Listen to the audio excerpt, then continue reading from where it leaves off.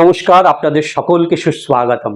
প্রিয় দর্শক বন্ধু, আমরা সকলেই জানি যে ভাদ্র মাসের শুক্ল চতুর্থী তিথি হলো সিদ্ধিদাতা ভগবান শ্রী গণেশের আবির্ভাব তিথি।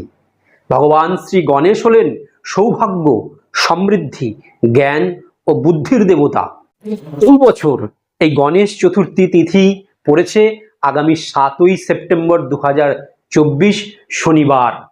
এই চতুর্থী তিথি শুরু হবে আগামী 6ই সেপ্টেম্বর শুক্রবার দুপুর 12টা 12 মিনিট থেকে, আর এই চতুর্থী তিথির সমাপ্তি ঘটবে শনিবার দিন দুপুর 2টা 14 মিনিটে।